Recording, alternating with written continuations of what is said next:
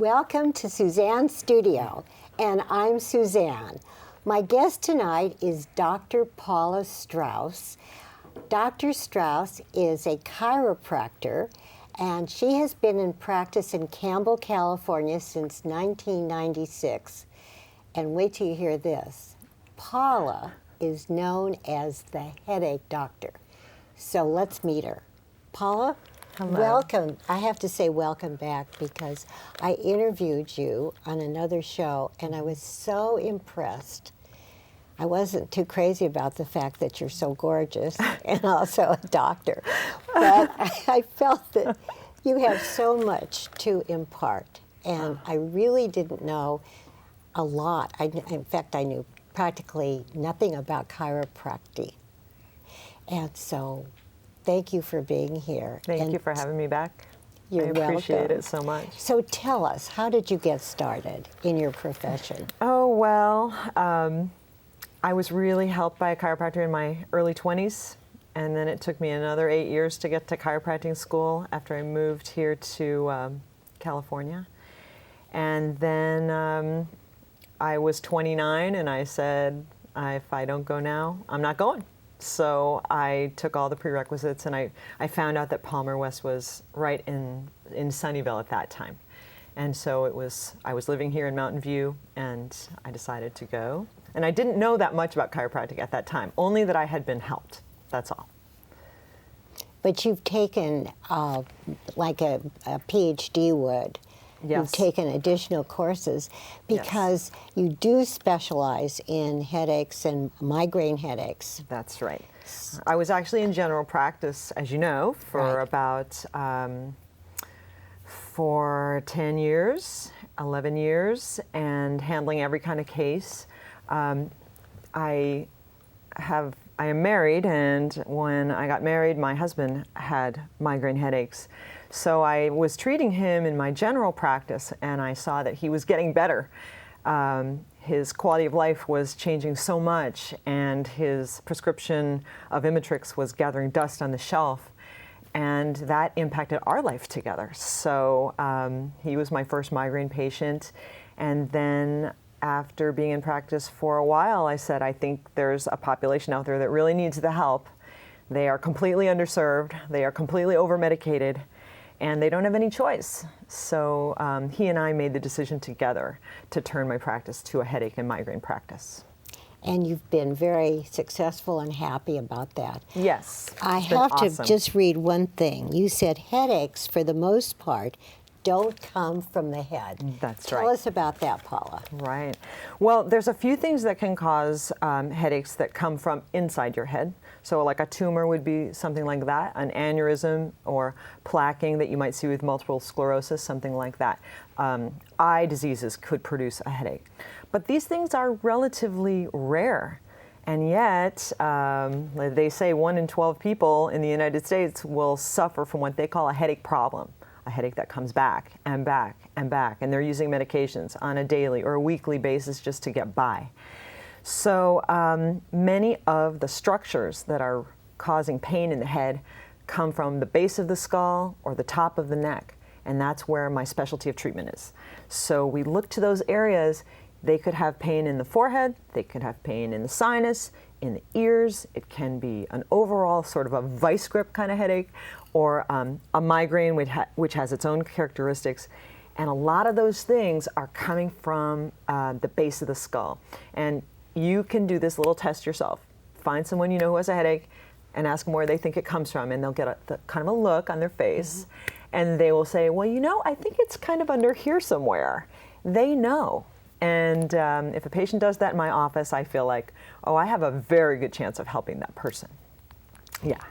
So is it a big secret, what you do? Oh, there are very few doctors, there are very few chiropractors that are trained to do the treatment that I do. That part is true. There's only about 2,000 of us worldwide, where you can have this really very effective treatment, a reliably effective treatment for headache patients. I think some other doctors have some other chiropractors have good success when they treat the neck, but it's a lot more hit or miss on the headache part of the problem. So this is a conservative treatment. It's scientific. I'm doing some diagnostic and scanning technologies in my practice. I'm a scientist by training. There's no voodoo in my practice.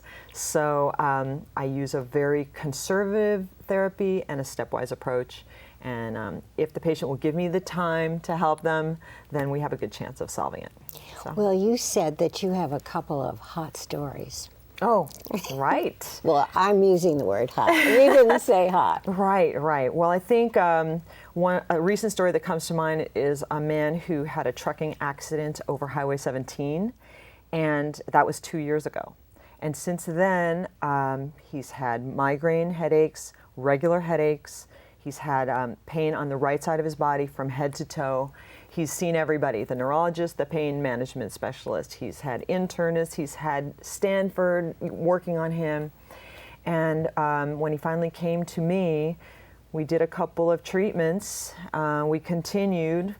And then at his reevaluation, he said, you know, I haven't had a migraine in 3 weeks.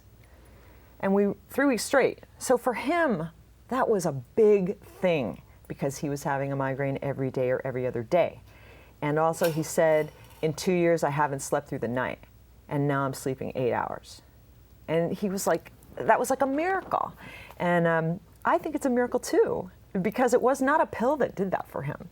It wasn't a surgical procedure. It wasn't an electrode I stuck on one side and zapped on the other side, you know.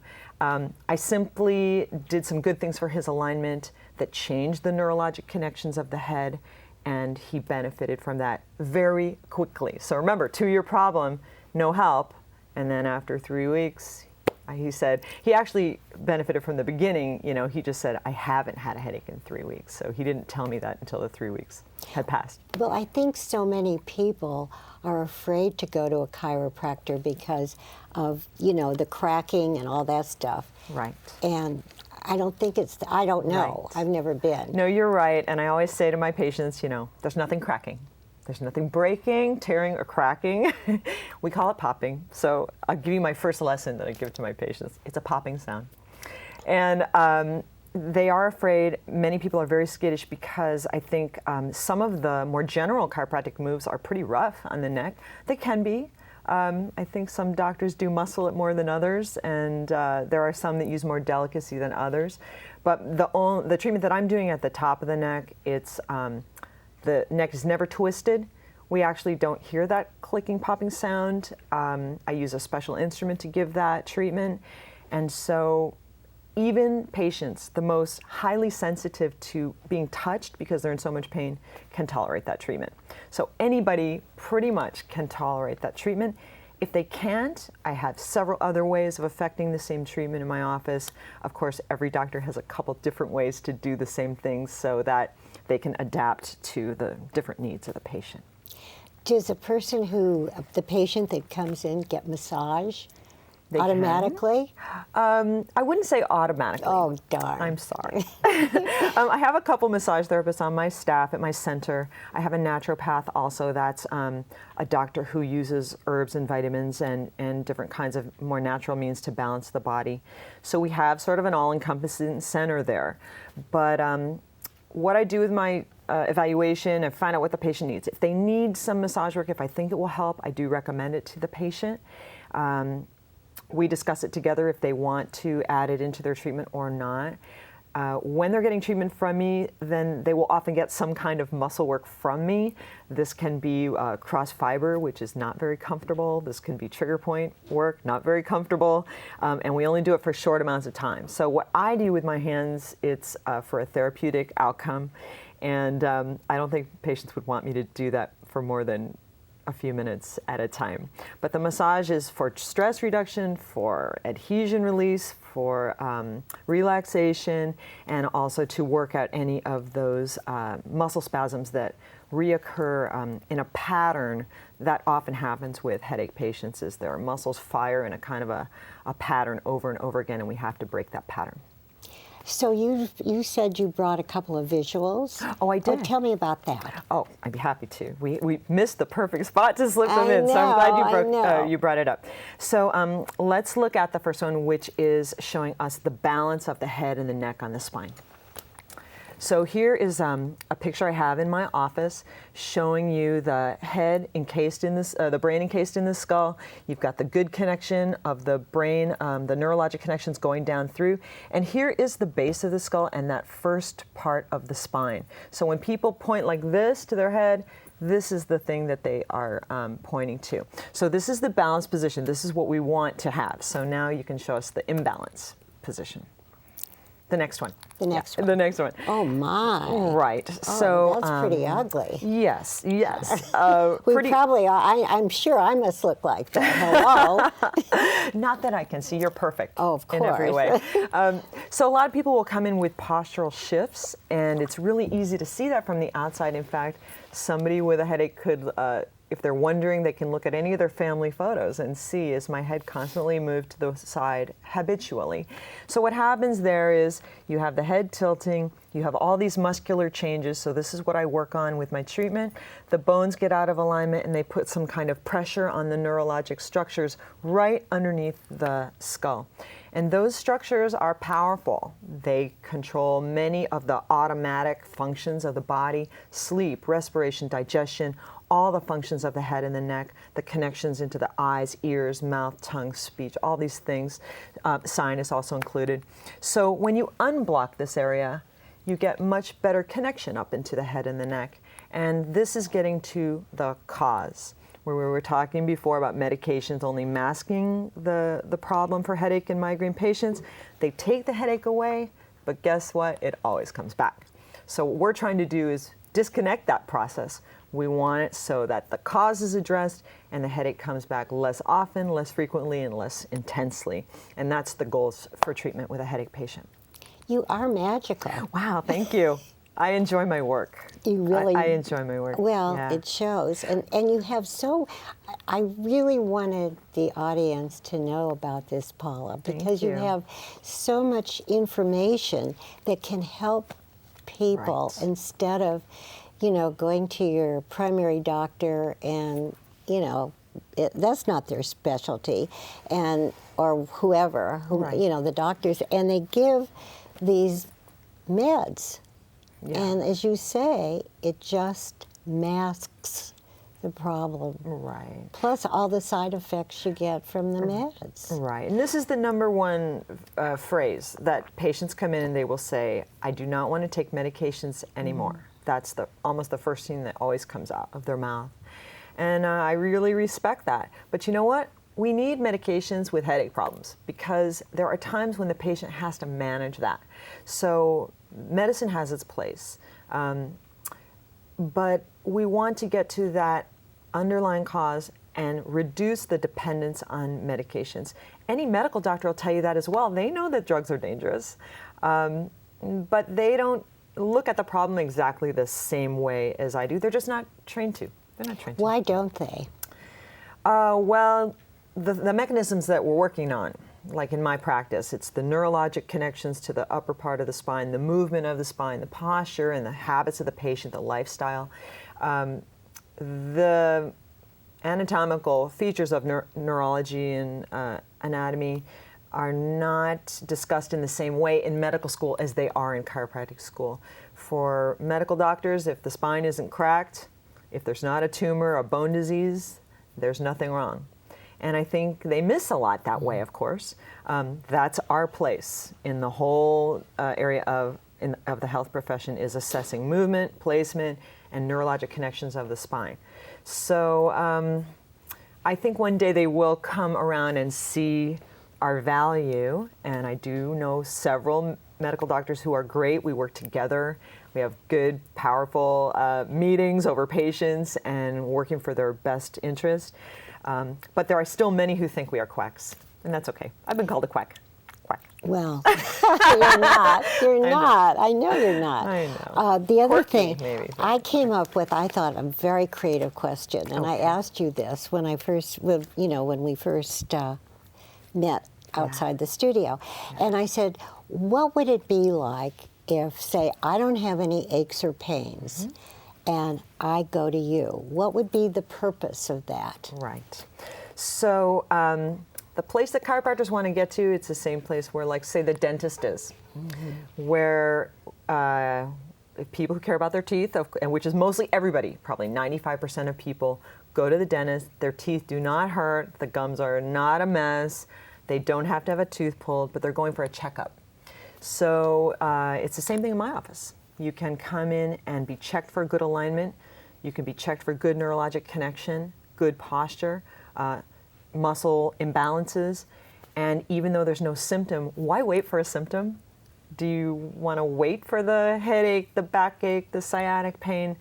Our goal as a profession should be to do what dentists did like when I was a kid, where the dentist would come in with the big toothbrush and the big tooth and talk to us about cavities and brushing. Someday chiropractors should be doing that for elementary school kids, going in and talking about how important it is to exercise, to strengthen their spine. Good alignment will keep you healthy. And when we start growing kids up from a little age to adulthood, I will never see the things I see regularly in practice right now. Most of my patients between 25 and 45 years of age, maybe up to 50, and this is where you see herniated discs, chronic pain problems, difficult problems to solve, but they take 10 or 20 years to manifest. So if those people had been treated from a young child with just checkups, and you know how often I see my kids, like not my own children, but kids in families, 4 times a year. I tell them, hey, come in on the vacations, come in on spring break, summer break, winter and fall, and let me check them. If they play sports, maybe a little more often, and let's keep them functioning as perfectly as they can be. There's a lot in the news right now about concussions with football and also soccer, and you can see it in volleyball too, and gymnastics for kids, hockey for kids. These kids are taking these tremendous forces, falling down on ice, running into each other in the field, but their parents don't know to give them spinal care. And I just think if more people knew, and I know parents just love their kids and they want the best for them, they just don't know that they should be doing a little more. Well, that's why you're here. Yeah, I think you need to, tell us all about how important you need to educate us. And imagine being a kid and growing up with the right posture, with the right alignment and everything. It's amazing. When you look at chiropractors' kids, they have the most amazing health. Really? Yeah, I think there should be a study about that, actually. Oh, I think so too. Yeah. Can you help your animals, like your cats and dogs? I love them, but I am not qualified to adjust them. I try once in a while. Yeah. But I don't feel confident about it. You can take special training for that. Well, it just occurred to me. I'm around a lot of older people, old people. Well, I'm not going to go there, but it's so interesting. Most of these people who are in their 80s and up, very few can walk straight. They're bent over. I know. They're on walkers. They're in wheelchairs. Right. How can these people be educated, really? Oh boy. Well, first of all, I don't think there's any age the person can't benefit from spinal care, because many decades ago, there was a Nobel Prize awarded for showing that energy goes to the brain from the movements of the spine. So we know that if you get stiff, if you are sedentary, your mind will slow down. And now we have the actual scientific proof that that is true. So I always thought that would be very motivating for patients. If I say, look at your grandmother, look at your grandfather. If you don't want to be like them, then you should do some work now. Yeah. But somehow that doesn't really motivate people. I don't know why. Because they don't ever think they'll get that old. I guess so. See, my dad was very much older. He was 51 when I was born, so when I was 20, he was 71. So I'm always used to looking at that older parent, and looking at his health, which was excellent. But for older people, I would say there's never a time that you cannot start. And I definitely have had older patients respond to treatment, Oh, could you tell us something about that? Oh, gosh, can I think of a case that has really come around? I can think of a lady in her 70s who had trouble walking. It was actually a problem with her back and her knees and her feet. And she had some kind of weird fungus, on her foot, something in the toenail, right? And after a month or a few weeks of treatment, one day she turned around and she said, nobody could help me with the fungus on my foot, and it's gone. And it's you. I know it's you, you know. And by then she was walking, you know, the walker was gone. She had just a little bit of a cane, and she was spry, and she was so happy to just start moving again. And, you know, again, it's that quality of life difference. It's making a really big difference in someone's life. There's very little side effect to what I do, and, you know, practically no downside. So I would say, I would ask people, get rid of your biases of the past. That's it. It's not scary. I'm really nice. Many chiropractors are nice. And we go slowly and gently, especially with older people. You have osteoporosis, osteopenia, those kinds of, or bone weakness. So you need to be gentle, but let the treatment do its work, and they can benefit. Now, would you say, Paula, that your treatment helps an older person? I mean, like, the biggest fear I have as I'm getting older is if I fall. Right. I am so terrified, you know, Right. and you break your hip and then you're dead, practically. Yeah. Is there any way that chiropractic can help the older person avoid, I mean, something with the balance? I guess it's all balance. I mean, You know, I've never thought about that. That is such a great question, and it's not only for older people, but everybody. You know, the chiropractic treatment is to improve neurologic function and flexibility and movement. So if you have better movement, then the processes inside of you that regulate balance stay nice and strong. So you are having good balance. You don't have as many falls. You don't feel unsure of yourself when you're walking. So to get that spine moving and to improve that area, that is an awesome improvement that we can offer older people. They also have to exercise to keep the bones strong, and eat right so that they don't get dizzy and fall. So there's a lot of things with older people that we have to talk about with lifestyle.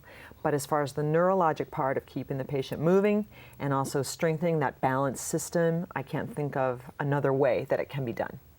And that's it. That's it? Is that it? Yeah. Oh, I'm so no, sad. No. But I mean, we still have a couple of minutes. Okay. But Okay, how good. can you educate the older people? I mean, there are a lot of community, boy. you know, independent living people that most of them are in their 80s, and most of them are in pain. Right. And how can you educate them? Well, I think certainly we can always go and talk in the community. When we're talking about people in their 80s who maybe are in assisted living or something, it would probably be their younger friends and family that say, oh, it'd be a great idea to get that person treated.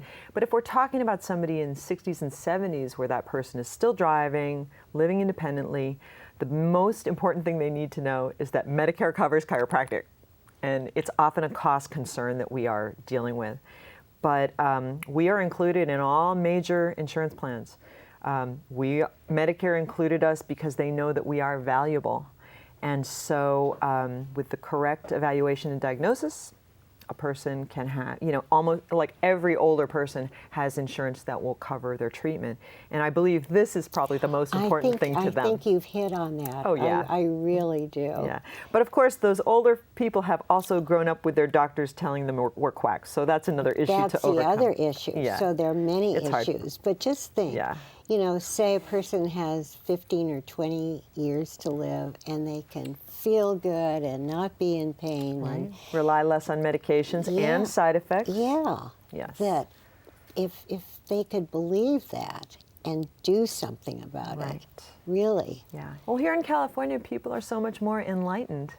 Also, they spend more time outside and they exercise more, and lifestyle is more, you know, good living is accentuated when you live here in California. So actually, I think most doctors will tell you that they see more older people than they expect, most chiropractors. Well, there are more older people now in our Well, there's that population. too. You know, that's Yeah. just Yeah, an there's that too. enormous actuality. Yeah, right? so the boomers, like I'm at the tail end of the boomer generation. Most boomers are, I think, start in the mid-60s now. Like Bill The Clinton. boomers, really? Bill Clinton is like the quintessential boomer.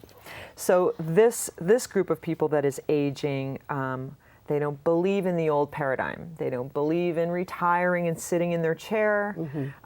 They want to stay active. They want to stay young. So I think you will probably see some changes in the way that they get care for their bodies that's different from what their parents did. So there's a fundamental shift between boomers and their parents. And so that's the World War II era versus the boomer era. Yeah. Yeah, there's a big Well, difference. Miss Paula, Dr. Paula Strauss, the Headache Doctor of Campbell, California, the magical lady, you are fabulous, and I can't thank you enough for being on the show. You're welcome. Thank you for having me. I really, really wish you all the continued success. Yeah. And I know you're doing so much, and honey, I'm making an appointment with you tomorrow. All right. And I want to thank our crew. I have to mention that I have a hot new director by the name of Tom Clark. And I mean, the rest of my crew is fabulous too. I could name them all, and maybe I will in a minute. But I just want to thank especially all of you, but I'm so thrilled to have Tom as our new director. And I'm just as excited about television as I was 15 years ago, I think mainly because of Tom and my wonderful crew. And I want to thank our audience for watching, and I can't wait to see you next time. Bye-bye.